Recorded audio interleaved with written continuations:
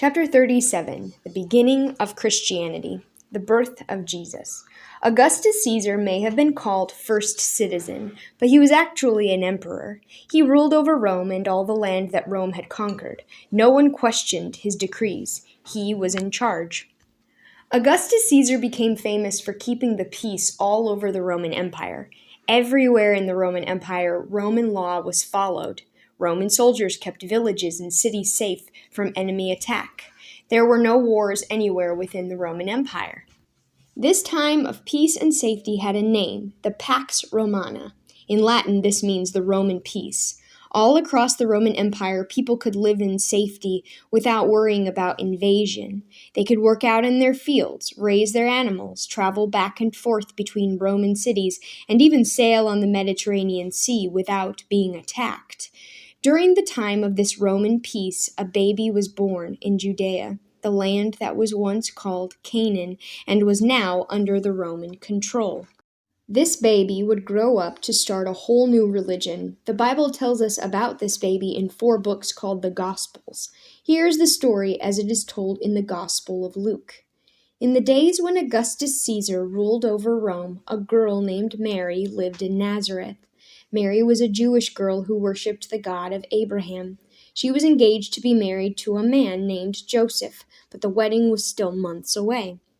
One day, God sent an angel to Mary to give her a message. "Mary, God is with you," the angel said. "You will have a baby, and you will name him Jesus." "But I can't have a baby," Mary said. "I don't even have a husband yet." "God will send the baby," the angel answered. "He will be called the Son of God." When Mary told Joseph about the angel's visit, he was amazed, but he agreed to marry her and help her raise the baby.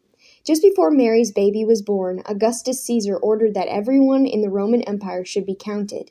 He wanted everyone to go back to the place where their ancestors came from, to make the counting easier. Joseph came from Bethlehem, so even though Mary was about to have her baby, Joseph and Mary traveled from Nazareth to Bethlehem. When they arrived in Bethlehem, the village was so full that they couldn't find anywhere to sleep. Finally, they found a cave where animals were kept. Mary had her baby there in the cave in the middle of the night.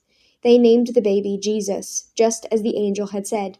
Joseph wrapped the baby in clean linen cloths and laid him in the feeding trough where the animals ate. Now, just outside Bethlehem, there were shepherds spending the night out in the fields, watching over their sheep. When Jesus was born, an angel appeared to the shepherds. The angel shone with light, and the shepherds were afraid. But the angel said, "Don't be afraid. I bring you good news of great joy. Today a Savior has been born to you. He is Christ the Lord. You will find him wrapped in linen cloth, lying in a feed trough." Then a great company of angels appeared in the sky over the field where the shepherds were sleeping. "Glory to God in the highest," they sang. "Peace on earth, goodwill to men." The shepherds were astounded. They hurried to the cave where the baby had been born, and after they saw him, they went out and told everyone what they had seen and heard. Today, many people celebrate the birth of Jesus on December 25th. We call this day Christmas. Jesus crucified and resurrected. After Jesus was born, he lived in Judea for 30 years. Then he started to travel around Judea, teaching people what God wanted them to do. His most famous teaching was given on the side of a mountain, so today people call it the Sermon on the Mount. Here are some of the things that Jesus taught. "Blessed are the poor, for the kingdom of God belongs to them. Blessed are the merciful, for they will receive mercy. Blessed are peacemakers, for they will be called the children of God. If someone strikes you on the cheek, don't fight back. Turn the other cheek instead. Love your enemies and pray for those who are mean to you. Do not judge other people, or you will be judged." The Gospels in the New Testament record these and many other teachings of Jesus. Jesus was very popular with the people of Judea. He was so popular that the leaders who were governing Judea began to worry. The Jewish leaders were afraid that Jesus might begin a rebellion against the Romans. If that happened, Roman soldiers might march into Judea and kill hundreds of Jews. When the Roman official who was supposed to keep the peace in Judea heard about Jesus, he got worried too. If he didn't get rid of Jews who might start rebellions against Rome, he could get into trouble with the Roman first citizen, a man named Tiberius, who had inherited the job of running Rome from Augustus Caesar. He might lose his job as a Roman official or even be executed. So the Romans helped some of the leaders of Judea arrest Jesus. They put him on trial for treason. The penalty for treason was death. Jesus was convicted of treason and put to death near Jerusalem, the capital city of Judea. The Gospels tell the story of what happened after Jesus' death. Here's what the Gospel of Luke says. After Jesus died, he was put in a tomb that was like a cave, carved into rock. A huge stone was rolled into place across the entrance of the tomb.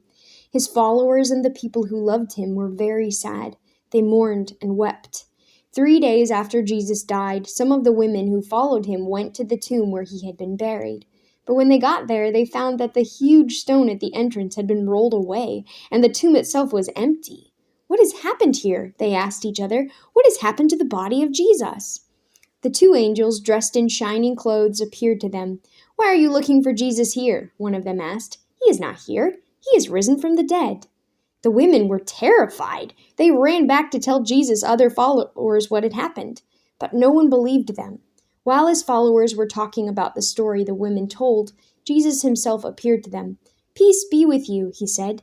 "I am not a ghost. I have risen from the dead." Then he blessed them and said, "Go and tell all nations what you have seen." The followers of Jesus told this story all around Jerusalem. Then they spread it all the way to Rome itself. More and more people believed that Jesus had been resurrected or brought back to life from the dead. They were careful to follow the teachings of Jesus. They believed that Jesus was the Son of God. Soon these people were called Christians.